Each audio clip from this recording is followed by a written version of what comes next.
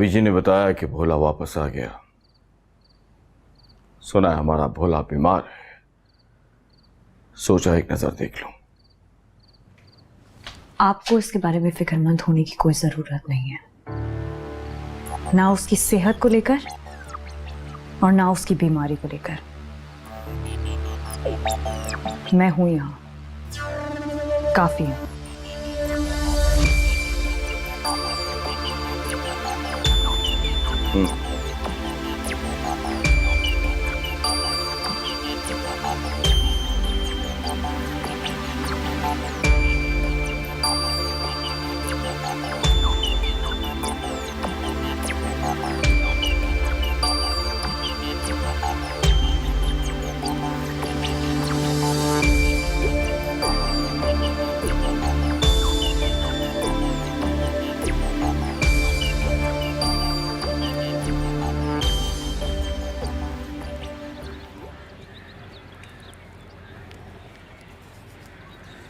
मुझे मालूम था कि तुम आओगे, लेकिन ये अंदाजा बिल्कुल भी नहीं था कि इतनी सुबह इतनी जल्दी आ जाओगे। चाचा ने बता दिया तुम्हें? अच्छा, तो फिर रात कैसी गुजरी तुम्हारी और तुम्हारे होने वाले ससुर की? फजूल बातें बंद करो और ये बताओ इतना ड्रामा करने की क्या जरूरत है? जो तुम्हारा रोल है तुम वो करो और दूसरों को उनका काम करने दो। ठीक है, लेकिन साहिर मुझे ये कौन बताएगा कि मुझे अपनी जिंदगी में कौन सा रोल अदा करना है? तुम्हारी इन फजूल हरकतों की वजह से बना बनाया प्लान खराब हो जाएगा। इस वक्त जो करना है नुसरत ने करना है, उसे करने दो, उसी में हमारा फायदा है। उसके बाद जो कुछ होगा हमारे प्लान के मुताबिक होगा। मेरा नहीं, तुम्हारा प्लान। उसमें मैं शामिल नहीं थी साहिर।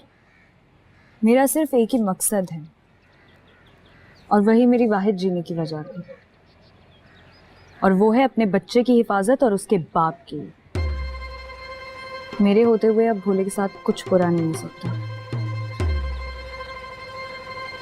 चाहो तो कोशिश करके देख लो। तुमने तो कल तक तो तुम मेरे साथ थी। चुप।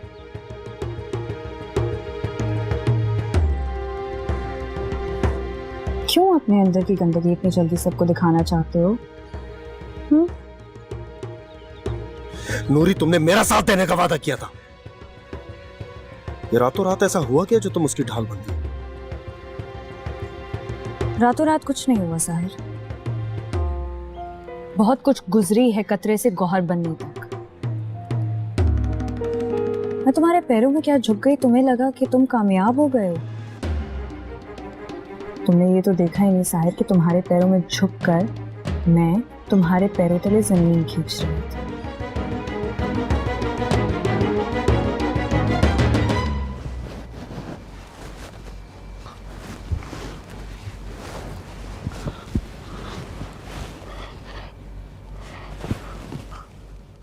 दुल्हन,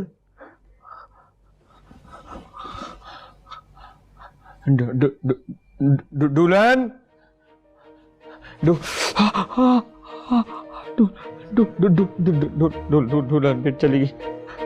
दुल्हन फिर चली गई।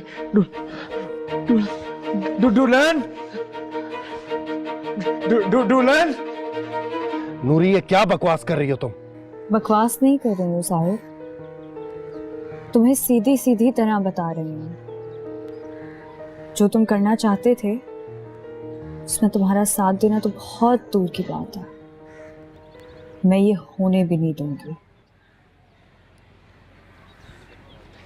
समझ गया मैं, सब समझ गया। तुम्हारी नीयत खराब हो गई, ईमान डगमगा गया तुम्हारा।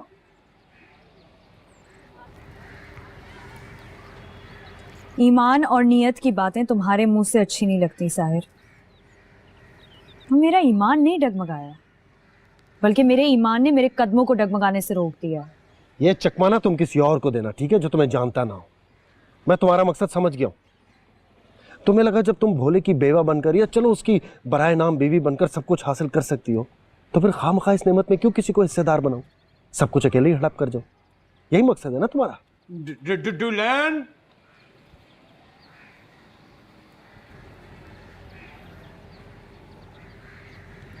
वो नूरी जो तुम्हारी मोहब्बत का कभी दम भरती थी वो कोई और थी, और वो साहिर जो मेरे लिए सब कुछ था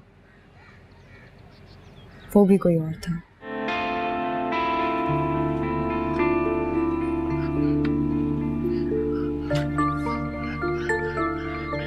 दुल्हन कब से मैं तुझे नीचे ढूंढ रहा हूँ, उनकी तरह पागलों की तरह तू छत पे खड़ी है।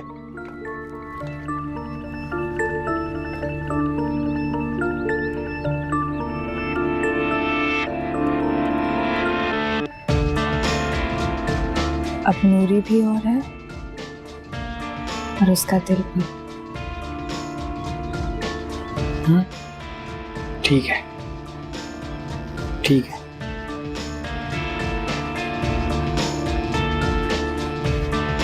चल दिल भी हो।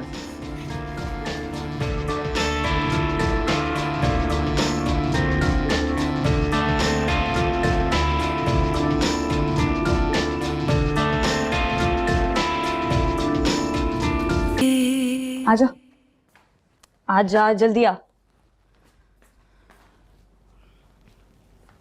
आजा बैठ जा आराम से। छत पे जाके उसके साथ खड़ी होकर क्या बातें कर रही थी? कुछ पूछ रहा हूँ तुझसे। किससे खत्म कर रही थी? किस्सा? कौन सा किस्सा? तू मुझे छोड़ के तो नहीं जा रही? किससे खत्म होते हैं भोले, दास्ताने नहीं, तो अमर हो जाती हैं। मैं तुझसे कुछ पूछ रहा हूँ, पता नहीं मुश्किल मुश्किल बातें कर रही है। जो सवाल कर रहा हूँ उसका जवाब देना। तुम मुझे छोड़ के तो नहीं चली जाएगी?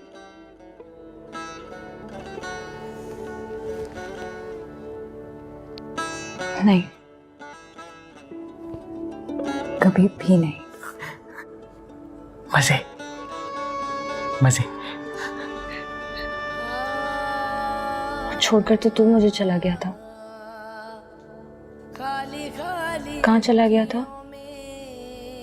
और मुझसे पक्का वादा कर कहीं नहीं जाएगा इस तरह। कहीं नहीं जाऊंगा, कहीं भी नहीं जाऊंगा, वादा। मेरी हर बात मानेगा? वक्त पर दवा लेगा, वक्त पर सोएगा, वक्त पर खाना खाएगा, फजूल बातें बिल्कुल नहीं करेगा। जो कहूंगी मानेगा। तू ना काम करना, ठीक है? ठीक है, वो होती है ना जंजीरें, चेनों वाली जंजीरें, उस जंजीर से ना तू मुझे बांध देना। मुझे बांध के अपने पास रख लेना। मैं कहीं भागना भी चाहूँ तो भाग ना सकूँ। तू ना मुझे बांध के अपनी इन आँखों के सामने रख लेना, फिर मैं कहीं भी नहीं जा सकूँगा, यही रहूँगा हमेशा, ठीक है? हाँ, यही करना पड़ेगा। लेकिन भोले, कुछ जंजीरें होती हैं जो पाँव में नहीं बांधी जाती, दिल में पड़ती है। जैसे तूने मेरे दिल में डाल दी एक जंजीर। मैं कहीं नहीं जा सकती तुझे छोड़कर, बन गई हूं ना तेरे साथ। वैसे ही मैं एक जंजीर तेरे दिल में डाल दूंगी। ठीक है, ठीक है, ठीक है। फिर तू भी कहीं नहीं जा सकेगा। ठीक है। और अब तेरे पास तो दो जंजीरें हैं ना? दो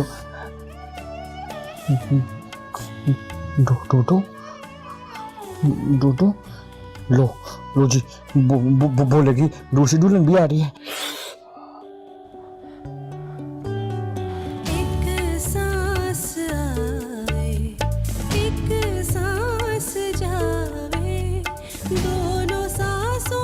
कोई दूसरा आकर तो दिखाई तेरे और मेरे दरमियान। जो दूसरा आ रहा था ना, उसको भगा दिया मैंने। सही किया, सही किया। कोई दूसरी आएगी ना तो उसको भी भगा दूंगी मैं। भगा देना, टक्के भगा देना उसे। पर दूसरी जंजीर कौन सी?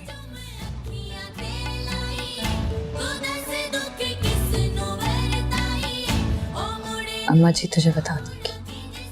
अम्मा ठीक है सदके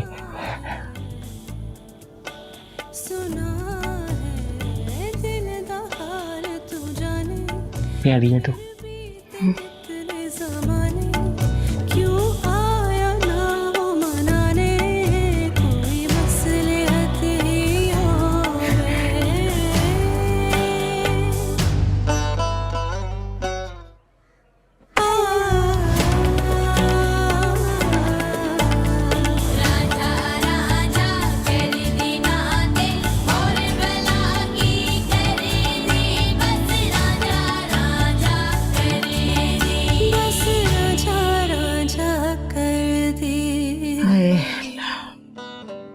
उतर गया बुखार?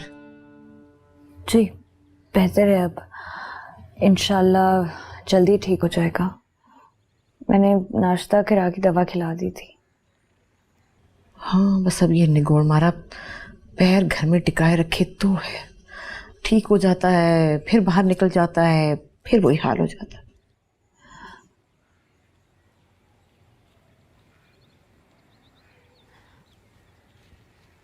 अम्मा जी एक इजाजत चाहिए थी आपसे। इजाजत? क्या बोल, क्या बात है?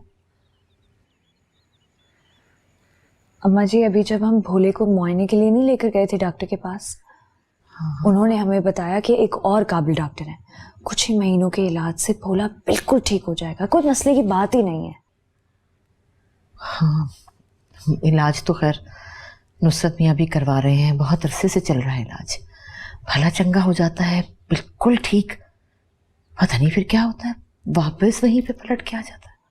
हाँ तो फिर अम्मा जी डॉक्टर तब्दील करने में क्या हर्ज है? वैसे भी शिफा देने वाली जात तो सिर्फ अल्लाह की है ना, किसी ना किसी ने सिर्फ जरिया बनना होता है। कह तो तू ठीक रही है। हाँ चल ठीक है तो कर बिस्मिल्लाह। और सुन ये इजाजत विजाजत ना लिया कर, जो कहना हो बेधड़क कह दिया कर। नहीं वो अम्मा जी मैंने सोचा कहीं नुसरत चाचा को बुरा ना लगे कि इतने सालों से जिस डॉक्टर के पास इलाज हो रहा था वहां से हटके किसी और के पास अचानक, मतलब मेरा। काहे को नाराज होगा वो, ऐसी बात नहीं है।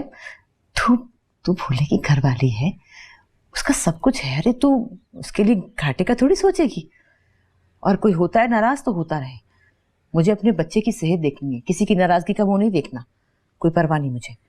बस तू जो चाहे कर, मुझे तुझ पे पूरा भरोसा है। वो बीबी जी, हाँ सहर में से कोई बात हुई है? वो बिना चाय पिए ही चले गए और वो कुछ परेशान से दिखाई देते थे। नहीं बात क्या होनी थी। और ये वैसे ये साहिर मियाँ आ क्यों गए सुबह सुबह? अभी तो ना मजदूर आया ना ठेकेदार, पूछती हूँ नुसरत से। पता नहीं। ये लें जी आपकी चाय। ऐसा करो नाश्ता यहीं पर ले आओ और साहिर मियाँ को भी यहीं बुला लो, इकट्ठे नाश्ता कर लेते हैं। अरे यही तो पूछने मैं आपके पास आ रही थी। वो तो बिना चाय नाश्ते के आनन फानन चला गया, मैं समझी आपने कहीं भेजा है उसे।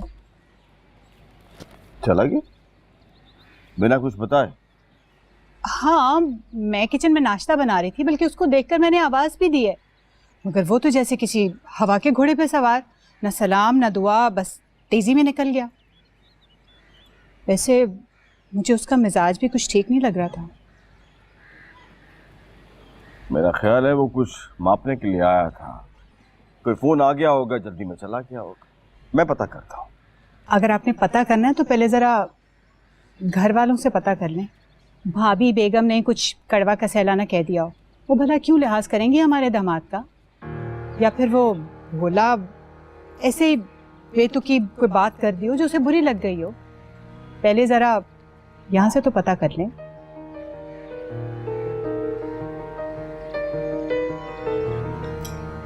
अम्मा जी एक बात पूछूं आपसे? फिर वही बात पूछू कहा है, जो कहना हो कह दिया कर, बोल क्या बात है? नुसरत चाचा और रिजवाना चाची ये ऊपर वाली मंजिल मेरी वजह से बनवा रहे हैं। मतलब उनको मेरा यहाँ रहना नागवार गुजरता है। अरे पागल हो गई है, ऐसा क्यों सोचा तूने? और वो बड़ी आई कहीं से महारानी जो तेरे साथ रहना ना चाहे। ऐसी कोई बात नहीं है। कोमल है ना, तुझे पता तो है, इकलौती औलाद है उनकी। घर दामाद रख रहे हैं, इसीलिए कमरा बना रहे हैं ऊपर वाला। ओह, जब मुझे लगा कि मेरी वजह से ना कर रही हूँ, क्योंकि मेरा माजी जानने से पहले चची मेरे साथ बिल्कुल ठीक थी, मुझसे बात भी करती थी, मुझे कबूल भी करती थी। अब जब से उन्हें पता चला है तो ना वो मेरी तरफ देखती है ना बात करती हैं। लेकिन खैर है, बुजुर्ग हैं वो, अगर मुझे कमज़ाद समझते भी तो कोई मसला नहीं है। मुझे उम्मीद है कि मैं उनके दिल में एक दिन जगह बना लूंगी। क्या फिर कोई बात की दिल दुखाने वाली? कोई बात नहीं है, मुझे आदत है उनकी। अरे ऊपर ऊपर आ जाना, पकड़। अरे क्या मेरे लाल, ऊपर आ जाना मेरे गुड्डा। अम्मा, हमारे घर आने वाला मेहमान होता कौन है भला? आने वाला ये तो बता ही नहीं रही मुझे कि कौन है, तू बता दे। भाई हमारे घर आ रहा है एक प्यारा सा मुन्ना सा मेहमान। इधर ही रहेगा? किसके कमरे में? जहाँ तू कहे। ठीक हो गया। एक और। दिल नहीं भरता है ना? ये ठीक है ना? अरे ऐसा कौन सा भाला खेश मारा तुम्हारे मियाँ के सर पे जो नुसरत मियाँ मुझसे बात पूछ करने लगे? अरे भाभी, पूछा ही तो था उन्होंने। अब दामाद घर पे आए, बिना चाय पिए, बिना सलाम दुआ के, बिना बताए चला जाए, किसी से पूछना तो बनता है ना। अब तुम्हारा दामाद बिना कुछ खाए पिए, बिना सलाम किए चला जाए तो ये उसकी बदतहजीबी है। और तुमने ये कैसे सोचा कि मैं उसे कुछ कहूंगी? और नुसरत मियाँ कैसे माथे पे आंखें रख के सवाल पे सवाल किए जा रहे थे मुझसे, जैसे अल्लाह की शान। अब तो बिला वजह बिगड़ रही हैं भाभी। दामाद का मामला है, फिक्र तो करनी पड़ती है। अरे ये तुमने खूब कही, बिला वजह बिगड़ रही है। अरे तुम्हारे मियाँ ने कैसे बेतुका इल्जाम लगा दिया मेरे सर पर, और मैं बिगड़ू भी ना? हद हो गई। और तुमने ये कैसे समझा कि मुझे दामाद की इज्जत और आवभगत करनी नहीं आती? खानदानी हूं मैं, रख रखाव वाली, ऐसा वैसा समझ लिया? अरे भाभी, आपके खानदानी होने पे किस काफिर को शक है? पर अब तो यहाँ ऐसे लोग भी रहते हैं जिनके खानदान का नाम लेते तक शरीफ आदमी को भी ला जाए। भाई आखिर कोमल के अब्बा भी तो आप ही के खानदान के हैं ना। बहू जैसी भी हो, पर बहू से तो पूछने से रहे ना, इसलिए उन्होंने आपसे पूछ लिया। इसमें ऐसी क्या बात है? अब तो बात को बढ़ा रही है। बेहतर होगा लगाम दे ज़बान, आई समझ? पड़ की जाती है।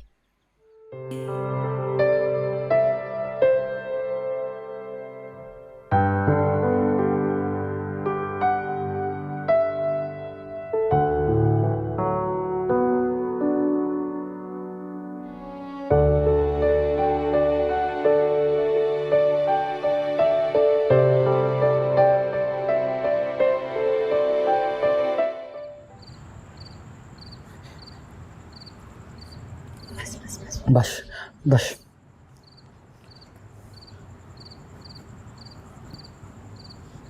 डॉक्टर ने जो बात कही है वो समझ में आई? उन पे अमल भी करना है।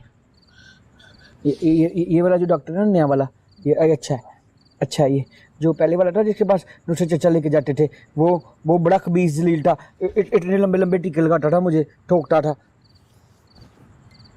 देख भोले, तू बिल्कुल ठीक हो जाएगा अगर तूने मेरी और डॉक्टर की बात मानी तो। सबसे पहली बात, दवा वक्त पे लेनी है, ठीक है? दूसरी, जिन चीज़ों को खाने से इनकार किया है उनके लिए जिद नहीं करनी। और सुबह सुबह की सैर तो बिल्कुल नहीं छोड़नी। तू मेरे साथ जाया करेगी सैर करने?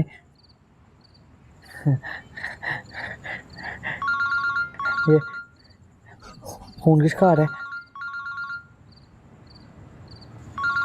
किसी का नहीं है, छोड़, ये ले ले बस। आखिरी। चल अब जा, जल्दी से मुंह हाथ धो ले, मैं तेरे लिए दूध गर्म करके लाती हूँ। जाके मुंह हाथ धो ले। मुंह दो साबुन के साथ? हाँ। मलमल के? मलमल के बिल्कुल साफ होने चाहिए जब तो आऊं। बाहर में तौलिया भी लगाना है और तौलिया सही जगह पे टांगना भी है।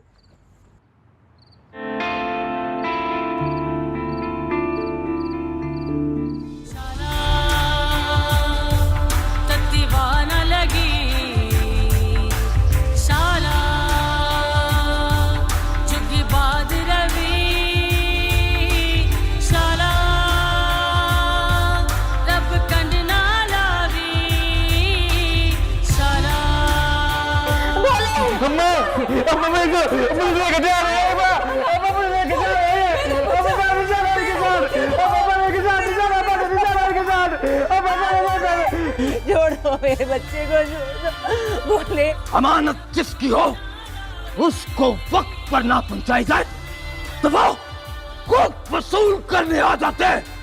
वादा खिलाफ वादा।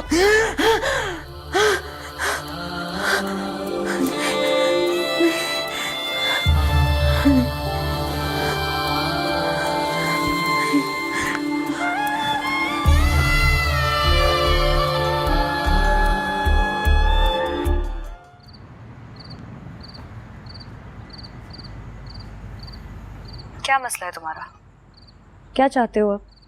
कर क्यों रहे हो बार बार फोन? मैं तुम्हारे सारे खदशे और वहम दूर करना चाहता हूँ नूर। मैं जानता हूँ तुम ये सब क्यों कर रही हो।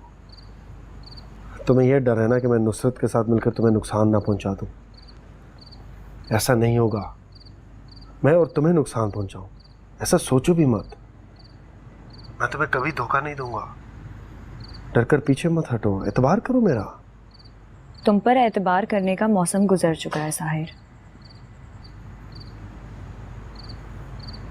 मोहब्बत का तो कोई मौसम नहीं होता ना, वो तो सदाबहार होती है। हाँ, अगर हो तो।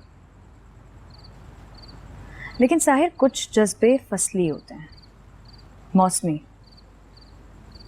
जैसे मुझसे तुम्हारी मोहब्बत। एक कमंड डालकर तुम मेरे दिल में जिस तरह बैठ गए थे ना, उसी तरह एक एक सीढ़ी करके तुम नीचे भी उतरे हो। और अब इतना नीचे उतर चुके हो कि मुझे कहीं दूर तक नजर ही नहीं आते। भाई मैं तो वो ऊंचाइयां देखना चाहता हूँ जहां पहुंचकर अब तुम्हें मैं बहुत हकीर और नीचे नजर आ रहा हूँ। तुम उन ऊंचाइयों तक नहीं पहुंच सकते, क्योंकि तुम्हारा दिल हिर्स, झूठ और लालच से भरा है। तुम्हें मुझ में ऐब ही ऐब नजर आ रहे हैं। कल तक तो तुम्हें मुझसे मोहब्बत थी। अब नहीं है। नूर, मोहब्बत भूख नहीं होती कि अभी है और अभी नहीं है। हाँ, तो मैं भी वही कह रही हूँ साहिर कि मोहब्बत भूख नहीं होती कि किसी भी तरीके से अपनी तलब को मिटा लिया जाए। और अगर मोहब्बत नाम की कोई चीज़ है भी ना, तो मेरे लिए इतनी अहम नहीं है कि मैं अपनी ज़िंदगी भर का सुकून इसके लिए गिरवी रख दूँ। तो आइंदा मुझसे राब्ता करने की कोई कोशिश भी मत करना।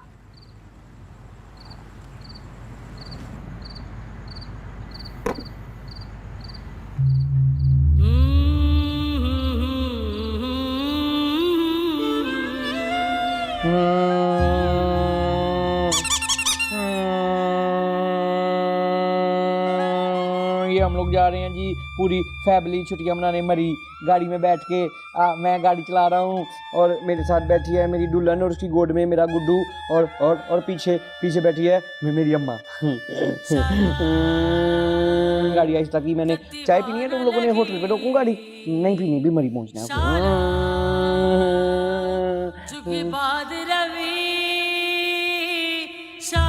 रोक क्यों रही है अम्मा? अच्छा। हाँ, वो मेरा दोस्त है ना शफीक जो है, उसकी बीवी और उसकी अम्मा दोनों लड़ती हैं, आपस में लड़ती हैं। एक कहती है मैंने गाड़ी की अगली सीट पे बैठना है, दूसरी कहती है मैंने बैठना है। एक कहती है मैं बैठूंगी, दूसरी कहती है मैं बैठूंगी। मैं भी सोचता हूँ फिर मैं सोचता हूँ हाँ, मैंने ये सोचा है कि अम्मा तो शुरू से बेटे के साथ होती है ना, शुरू से। और जो दुल्हन होती है वो तो बड़े सालों बाद आती है। तो भाई दुल्हन तो पीछे बैठो, अम्मा आगे आ जाओ, खोलो दरवाज़ा। अम्मा आगे देख के पीछे गाड़ियाँ ना आ रही हैं, आओ बैठो, आगे आ जाओ, बैठ चलो जी।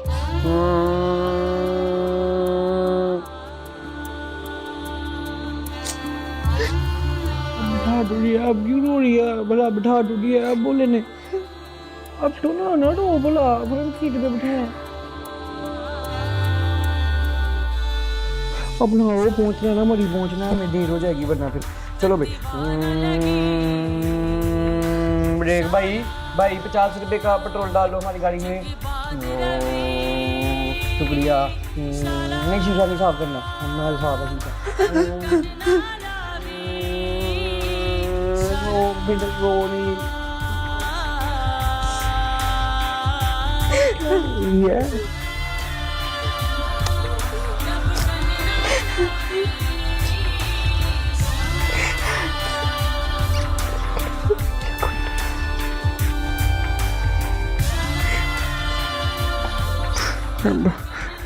मरी नहीं जाना, गाड़ी चलाने देना।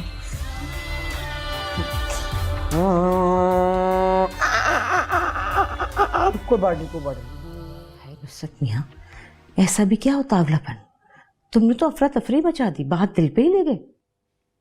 भाभी जी, सच्ची बात का क्या दिल पे लेना, सच तो फिर सच है, और सच तो ये है कि ये घर आपका है, जमीन भी आपकी है, मैं तो रहा मुलाजिम बिना तनख्वाह के। और सच बताऊं आपको भाभी जी, अब तो बहुत बोझ लगने लगा था, थकन महसूस होती थी मुझे ये सब करते करते। अब मैं आराम करना चाहूंगा, जाना तो था ही, सो कल जाना, सो आज क्या फर्क पड़ता है। अरे क्या हो गया, ऐसी क्यों बातें कर रहे हो? मैंने सिर्फ इतना कहा है कि कोमल को शादी के बाद इस घर में रखने की बजाय अलग रखो। खैर, तुम्हारी मर्जी। ये बात तो तय है ना कि कोमल की रुखसती खैर से इसी हवेली से होगी। मुझे ये बताओ कि जब अगले महीने की तारीख तय हो रही थी तो फिर ये अचानक 9 दिन बाद क्यों? ऐसी क्या जल्दी? बताया तो है भाभी जी, साहिर की मजबूरी है, वो चाहता है कि उसकी शादी कोमल से जल्द हो जाए। कोई उसकी बहन की मजबूरी है, यही वजह। ला जाने भाई।